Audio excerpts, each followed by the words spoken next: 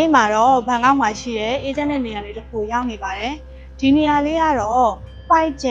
Thai Hong Kong ရှရိုင်းမှာ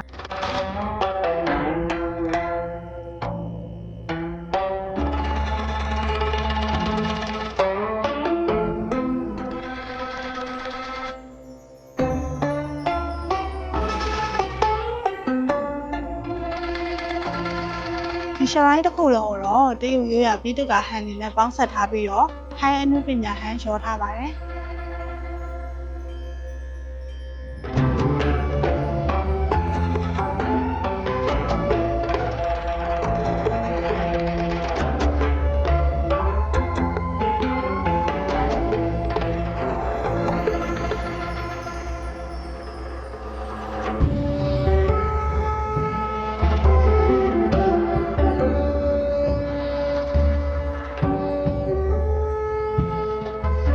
ဒီနေရာမှာတော့အဓိကဆူတောင်းရမယ့်နေရာ3နေရာရှိပါတယ်။ဒါကတော့ပထမတစ်ခု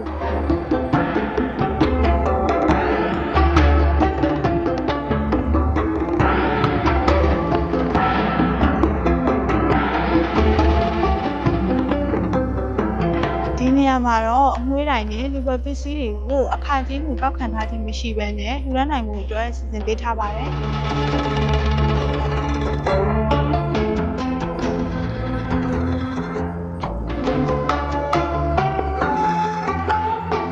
ဆူတောင်းပေးတဲ့နောက်မှာတော့ဖျားเจ้าရဲ့အရှိမရှိတဲ့ပန်းညံထဲမှာနိုင်ချောက်ဖြစ်ပါတယ်